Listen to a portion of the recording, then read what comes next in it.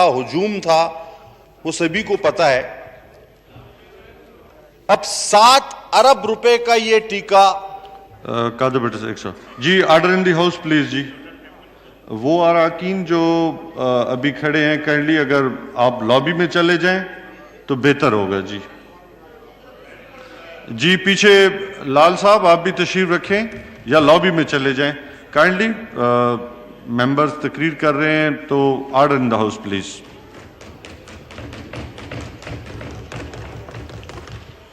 Sir वाकई FIA का ये काम बनता है।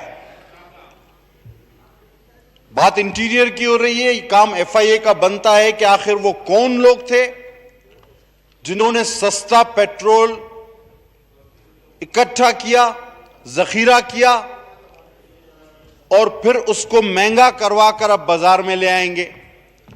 और उस माफिया का जिसका जिक्र राणा साहब ने किया, एफआईए को यह भी पता चलाना चाहिए कि उनके पीछे कौन से ताकतवर अवामिल हैं और उनके हिस्सेदार भी कौन हैं। यह काम भी एफआईए का बनता है जनाब। आज तक हमें यह नहीं पता चला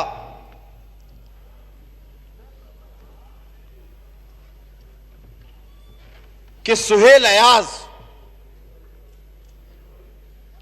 वो एफआईए के हवाले हुआ था।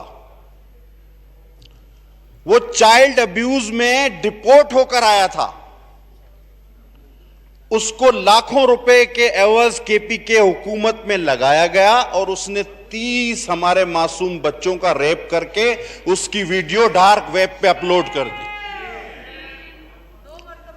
2 मरतबा। और सर उसको 2 मरतबा लगवाने वाला कौन? एफआईए ने आज तक तहकीकात नहीं की। यह भी इंटीरियर के शोबे में आता है, यह भी एफआईए का काम था।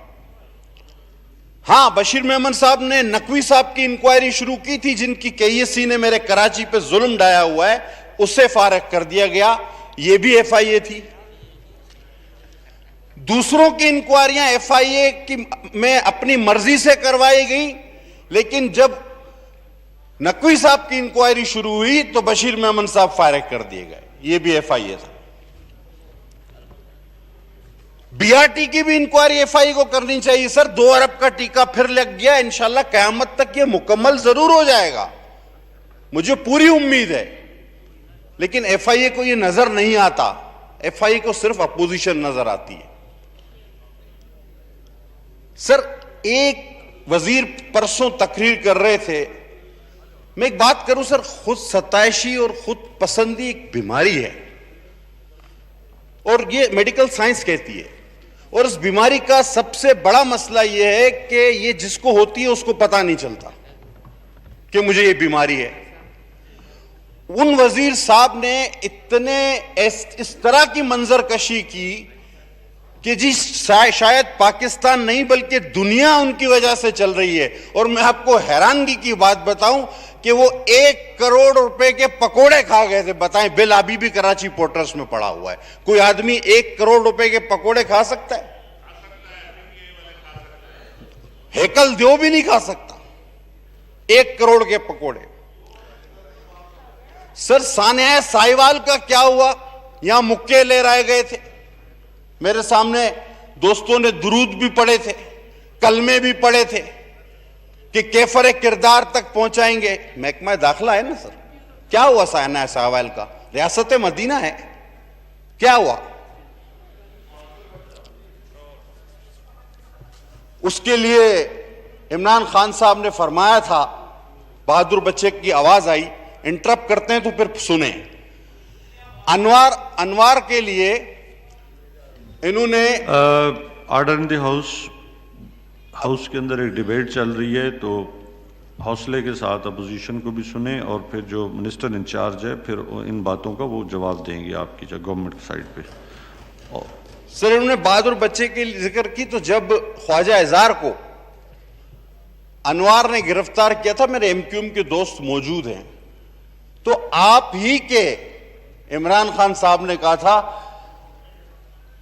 और जब सिंध गवर्नमेंट ने उसको सस्पेंड किया कि तुमने लीडर ऑफ अपोजिशन को हथकड़ियां कैसे लगाई, तो इमरान खान साहब ने कराची में कहा he was performing his duty, इसको सस्पेंड क्यों किया है, तो बड़ा जबरदस्त आदमी है, ये वो बहादुर बच्चा है। अब सुन लिया आपने। सर, पाकिस्तान की हुकूमत की छतरी तले एफआई आती है, 150% तनख्वाह बढ़ी है उसकी, किसी इन गरीबों की नहीं बढ़ी। हम चीखते रहे उस्तादों की बढ़ा दो, डॉक्टरों की बढ़ा दो, नर्सों की बढ़ा दो, नहीं, किसी चीज पर कान नहीं धरा गया।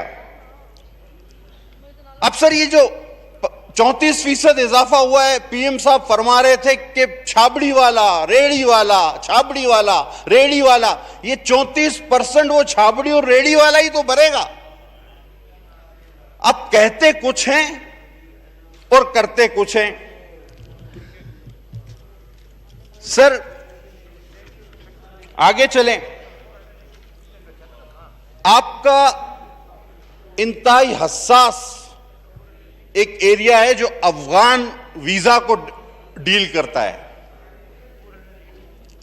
उस पर एक ऐसे आदमी ने ऑक्युपाइड किया हुआ है सर, कि जिस पर नैब में भी केस है और उसका ईसीएल में भी नाम है, यह भी मिनिस्ट्री ऑफ इंटीरियर है।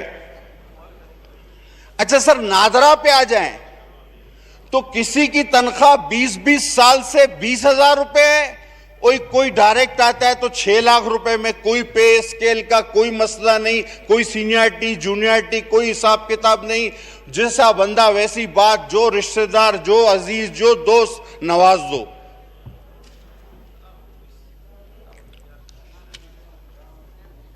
आपकी इलीगल सोसाइटीज इस्लामाबाद एयरपोर्ट के आसपास, सर आखिर इनका भी तो कोई पार्टनर होगा ना, और या है,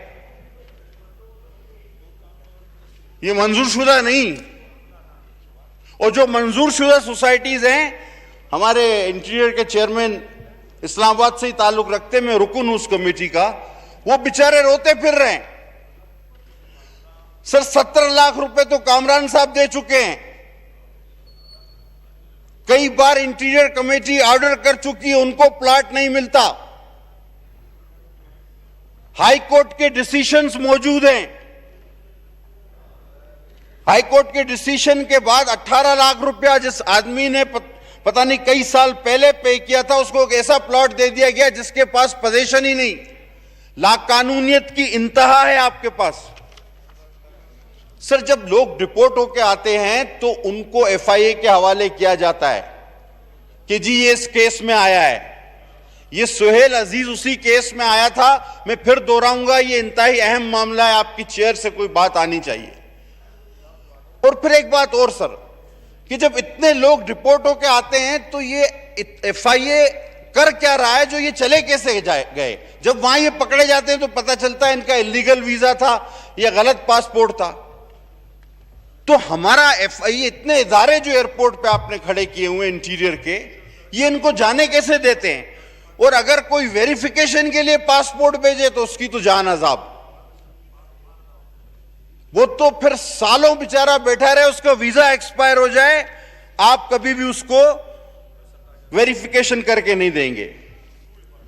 अब सर एक बिल पड़ा हुआ है हमारी कमेटी में सर, हालांकि 2010 में हमने एंटी मनी लॉन्ड्रिंग एक्ट पास किया है, पाकिस्तान ग्रे लिस्ट में था। आपने बड़ा दावा किया था अमेरिका हमारी मदद करेगा और हम ग्रे लिस्ट से निकल आएंगे। वो दावे के आपके तो सारे दावे धरे रह गए। हालांकि हमारा एक बिल पास है, उस पर अमल करें तो आप निकल सकते हैं इससे। लेकिन एक और बिल इन्होंने पेश किया अभी, एंटी मनी लॉन्ड्रिंग। अब उसमें दिलचस्प बात सुनिएगा, उसमें यह है कि आप जो है वो कोई भी आदमी अगर पैसे बाहर भेज दे, वो 90 दिन के लिए डिटेन हो जाएगा एंटी टेररिज्म एक्ट के तहत, और वो अपील करेगा। अच्छा, फिर उसको 14 दिन और एक्सटेंड भी किया जा सकता है 90 दिन को। फिर वो अपील भी करेगा तो सेक्रेटरी से, और फाइनल अपीलिंग अथॉरिटी होंगे मिनिस्टर साहब। अभी यह तय करना बाकी है कि ये पैसा जो है ये मनी लॉन्ड्रिंग का थोड़ा है, ज्यादा है, ये टेररिज्म में इस्तेमाल हुआ है या नहीं, ये अभी तक फैसला नहीं हुआ। ये मालूम किए बगैर उसको 90 दिन आंखों पे पट्टी बांधी जाएगी।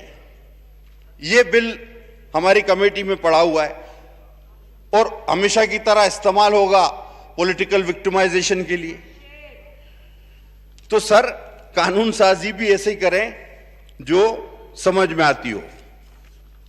जनाब वाला, नादरा का एक सेंट्रलाइज सिस्टम है। आप असला लाइसेंस सिर्फ इस्लामाबाद आकर रिन्यू करा सकते हैं, ये एक अजीब बात है। जब सेंट्रलाइज सिस्टम है और उसकी ब्रांचेस पूरे मुल्क में हैं, तो वो उनको दे देना चाहिए। लेकिन समझ से बाहर है ये चीज।